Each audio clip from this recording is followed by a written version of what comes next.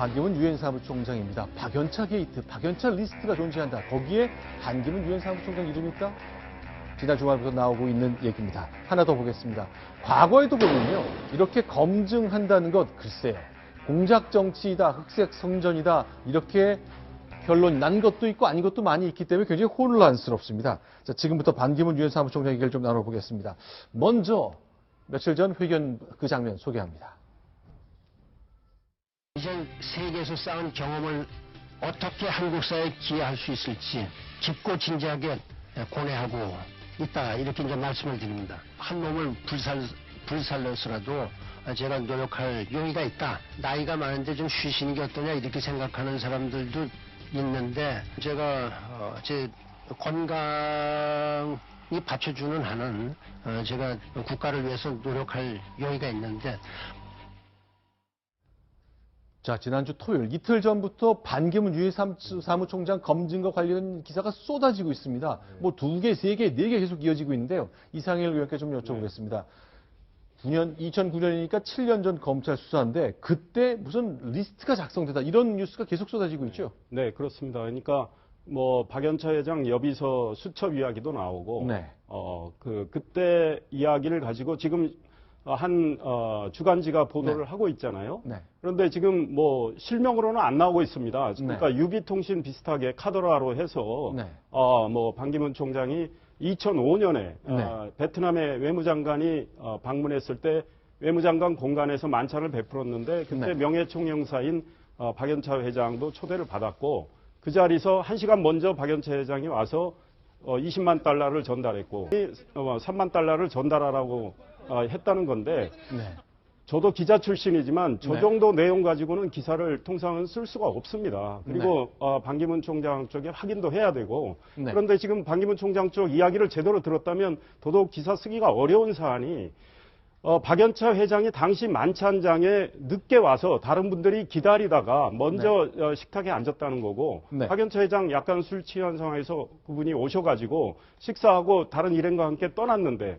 그 전에 반기문 장관이 박연차 회장하고 일면식이 없는 상황인데 20만 불을 받았다, 이해하기 어려운 상황이고요. 그때 본 그 테이블에 계셨던 분들도 박연차 회장이 늦게 왔다고 증언하고 있는 상황이고, 또 뭐 오늘 여러 언론 보도했지만 검찰 수사 기록에 그 내용은 들어가지 않았다, 돈을 줬다는 내용은 수사 기록에 없다는 이야기고, 또 뉴욕에서 식당 주인을 통해서 현직 유엔 사무총장한테 3만 불을 박연차 회장이 전달한다, 그건 상식적으로도 국민이 봐도 이해가 안 되는데, 이 대선이, 조기 대선이 지금 눈앞에 있는 거 아닙니까? 대선을 앞두고 소위 검증을 빙자해서 나오는 일종의 흑색 선전일 가능성도 배제할 수 없겠다. 과거에 2002년 11월에도 그 기양건설 회장이 이해창 총재 그 부인 한인옥 여사한테 10만 불을 전달했다, 이거 막 나와서 그때 한참 논란이 되다가 2004년 결국 재판에서 다 허위로 바뀌어나서 그 보도한 그 주간지, 지금 이번에 보도한 주간지인데 결국은 명예훼손으로 그 벌금을 냈어요.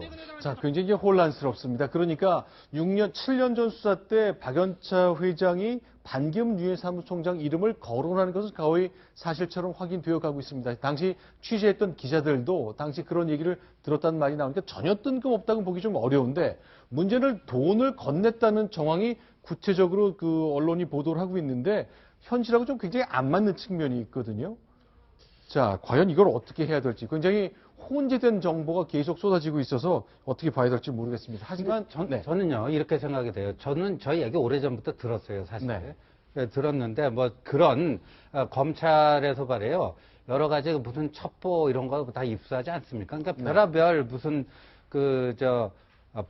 범죄 정보에 관한 그런 데는 뭐 여러 가지 정보들이 다 들어옵니다, 첩보가. 그럼 그 중에서 이게 뭐 신빙성이 좀 있다, 뭐 그런 정도만 그러니까 검찰이 이제 사실상 실제 수사선상에 올려서 하는 건데, 뭐 유명인들에 대해서 여러 가지 얘기가 들어갈 수가 있죠. 근데 저는 요번에 저 시사저널 저걸 보도를 했잖아요. 적어도 시사저널 정도 되는 언론이라면 이거를 보도했을 때 이게 적어도 이게 공소시효가 지났는지 안 지났는지 정도는 다 따져볼 거 아닙니까? 근데 저게 백보양보해서 사실이라 할지라도 이미 공소시효가 지나버린 거예요. 그 공소시효가 지나버리고 웬만큼 뭐 알 만큼 다 아는 사람들 있는 상태에서 그럼 왜 이 시점에 저런 얘기가 불거져 나오는가? 네. 그거는 저는 이제 이게 바로 조기 대선이 본격적으로 이제 그러니까 반기문 총장이 이 한 번 불사르겠다라고 하는 그 멘트 직후에 저게 나왔다라는 거죠. 네. 그러니까 이제 본격적으로 반기문 때리게 들어갔다라는 그런 이제 정치적 신호. 그러니까 흠집 내기를 하려는 의도가 있었다면 네. 공소시효 자체는 중요하지 않습니다. 왜냐하면 도덕성에 대해서 흠집을 내려고 했기 때문에 그래서 문제 제기가 이루어졌다면 네. 그런데 이제 이 시사저널 보도 직후에 민주당에서 나온 반응을 보세요. 네. 바로 수사하라 뭐 마치 기다렸다는 듯이 민주당이 지금 움직이고 있어요. 오늘은 또 우상호 원내대표 비슷한 이야기를 했고 네. 국민의당 반응은 좀 더 다릅니다. 그래서 미묘한 온도차가 정치권에 지금 느껴지고 있어요. 네. 2002년도 그 이해창 후보와 그다음에 둘러싼 그런 문제가 3가지인가 있었지 않습니까? 네. 그때 당시가 제가 정치부장이었습니다. 김대엽 병역 네, 김대엽 그 당시죠. 그다음에 지금 한인옥 여사 네. 10억 원 수수설 기양건설 얘기. 기양건설로부터 네. 그다음에 아시다시피 윤여준 씨가 네. 20만 불을 받았다는 30 의원의 어떤 주장들 그 3대 의혹이 있었는데 당시에 뭐 지금 나왔던 얘기와 똑같이 과연 이것을 어떻게 다룰 것이냐는 데 굉장히 고민이 될 수밖에 없습니다, 사실은. 네. 근데 안 다룰 수가 없잖아요. 다루는 순간 결국은 기정사실화되는 효과가 있어서 결국은 선거가 끝난 다음에 전부 다 3개가 다 혐의가 없고 네. 그다음에 잘못된 그런 정보로서 돼 있지만 결국은 영향을 줄 수밖에 없다. 그런 면에서 사실은 다룰 때 굉장히 조심해야 되는데 요번에 있잖아요. 저 시사저널 글을 자세히 보시면 알겠지만 네. 거기에 이런 대목이 있습니다. 네. 공소시효가 아직 끝나지 않았다는 표현이 돼 있어요. 아. 사실관계를 틀렸습니다, 지금. 네. 거기에는 분명히 공소시효가 남아 있다라고 명백하게 기사가 돼 있기 때문에 결국은 쓴다라는 식으로 돼 있는데 아시다시피 법이 바뀌면서 네. 공소시효가 지금 사실은 나중에 늘어나면서 지금 얘기하는 그 당시에 네. 반기문 총장이 받았다는 그 시점은 이미 끝났어요. 근데 네. 그 부분에 대해서 사실관계가 틀렸습니다. 그리고 또 하나 거기서도 좀 걱정이 됐는지 네. 아시다시피 양쪽에다가 반론권을 주기 위해서 노력을 했습니다. 네. 근데 박연차 씨의 반론은 원문 그대로 다 실었습니다. 네. 사실 그런 경우 드물거든요. 네. 자기가 어떤 주장을 하는데 박연차 씨의 반론을 원문 그대로 다 실는다는 것은 이 기사가 얼마나 파장이 클 것을 알기 때문에 그런 거거든요. 네. 그런 면에서 앞으로 이 기사는 네. 앞으로 얼마 남지 않은 대선 국면에서의 보도 태도 이런 데 대해서 또 하나의 어떤 뭐랄까요. 하나의 신호탄이면서도 동시에 네. 어떻게 받아들여야 될지 고민시키는 그런 문제다. 저는 그렇게 보면서 기사를 읽었습니다.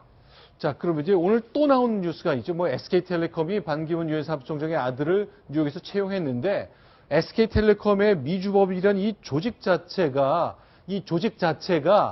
이 아들 골프장 뭐 부킹 전화 대신해주고 하는 것처럼 마치 집사 노릇하고 있다는 얘기까지 나왔거든요. 이런 얘기까지 나오다 보니까 야당에서 뭐 여러 가지 얘기를 많이 꺼내고 있습니다.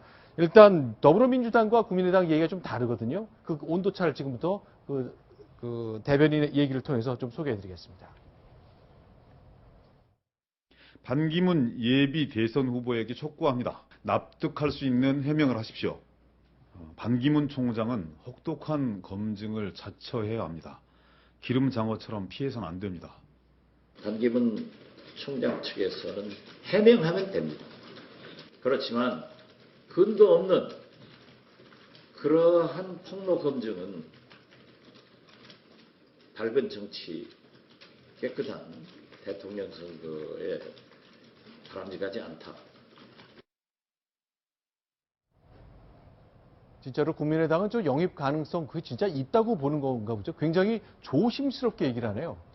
그러니까 국민의당 입장에서는 외연을 넓히고 싶어 하기 때문에 네. 이미 반기문 총장이 국민의당과 손을 잡는 건 환영한다는 입장까지 발표한 상황입니다. 뭐 반기문 총장이 들어오셔서 정말 대선 출마 입장을 뭐 선언하실지는 아직도 모르겠어요. 우리가 이제 짐작은 할 수 있죠. 그런데 네. 이분이 오셔서 국민의당 뭐 그 한 당을 선택하기보다는 네. 지금 새누리당도 남아있고 새누리당에 떨어져 나온 분들이 또 신당을 만들고 있는데 네. 어떤 특정의 한 정당을 선택하기보다는 본인이 생각하는 우리나라의 어떤 미래에 대한 본인의 어떤 철학, 가치를 네. 이야기하면서 많은 분들과 이 어떤 가치와 철학을 공유하는 이런 노력을 먼저 시작하지 않을까 싶어요. 제가 에피소드 하나만 소개하면요. 2002년하고 2007년 대선판을 흔들었던 그 김대엽 씨의 네. 이해창 후보 아들 병역비리 폭로. 네. 다 나중에 사실 무근으로 판명이 됐고 네. 본인이 그거에 따른 어떤 사법적인 책임도 지었습니다. 네. 그런데 나중에 이제 그 아마 한나라당 쪽에서인가요? 김대엽 씨는 인간적으로 사과해야 될 거 아니냐? 네. 사과하라 그랬더니요. 사과 한 박스를 보냈어요. 아주 블랙 코미디로 끝났습니다. 그러니까 네. 이렇게 어떻게 보면 한 나라의 운명을 경우에 따라서는 좌지우지할 수 있는 네. 그 엄청난 메가톡급 이런 거는요. 그만큼 거기에 그거 폭로하는 것도 자유입니다. 네. 그러나 그만큼 거기에 상응하는 책임이 동반돼야 되는데 그렇지 못한 것도 한번 생각해 봐야 돼요. 그러니까 반기문 총장도요. 본인 그 철저하게 검증받아야 되고 그건 맞습니다. 반기문 총장뿐만 아니라 그 어떤 사람도 철저한 검증의 도마에 올라야 되는데 저게 저런 식의 이제 정치 게임이 되는 거는 이 나라를 위해서 별로 좋은 일은 아니겠죠. 예, 김대엽 씨 문제와 관련해서 짧게만 말씀드리면 그때 김대엽의 그 허위 폭로가 선거에 엄청 영향을 줬거든요. 네. 나중엔 다 허위 사실로 나왔는데 선거 이미 끝난 다음입니다. 그런데 김대엽 씨 그때 그 폭로 배후에 네. 사실 정치권이 있었어요. 그러니까 지금도 뭐 검증은 검증대로 당연히 뭐 철저히 이루어져야 되지만 만약에 허위 사실을 이렇게 제기를 해서 검증에 외피를 입혀가지고 네. 선거에 영향을 미치려 한다면 그거 자체도 앞으로는 네. 정말 좀 단죄를 받아야 되는 그런 측면이 있다고 봅니다. 알겠습니다. 자, 1997년, 2002년 두 차례 대통령 선거 때 김대엽이라는 존재 아주 막강한 영향을 발휘했고 결국 선거 결과를 바꿔놨다는 평가가 나오기도 했거든요. 그러나 시간은 흘렀고 사실 무근이로 밝혀졌지만 뭐 이미 선거는 끝나버린 거니까 어쨌건 이번 대통령 선거도 검증은 분명히 해야 되지만 눈은 정말 똑바로 뜨고 있어야 될 것 같습니다.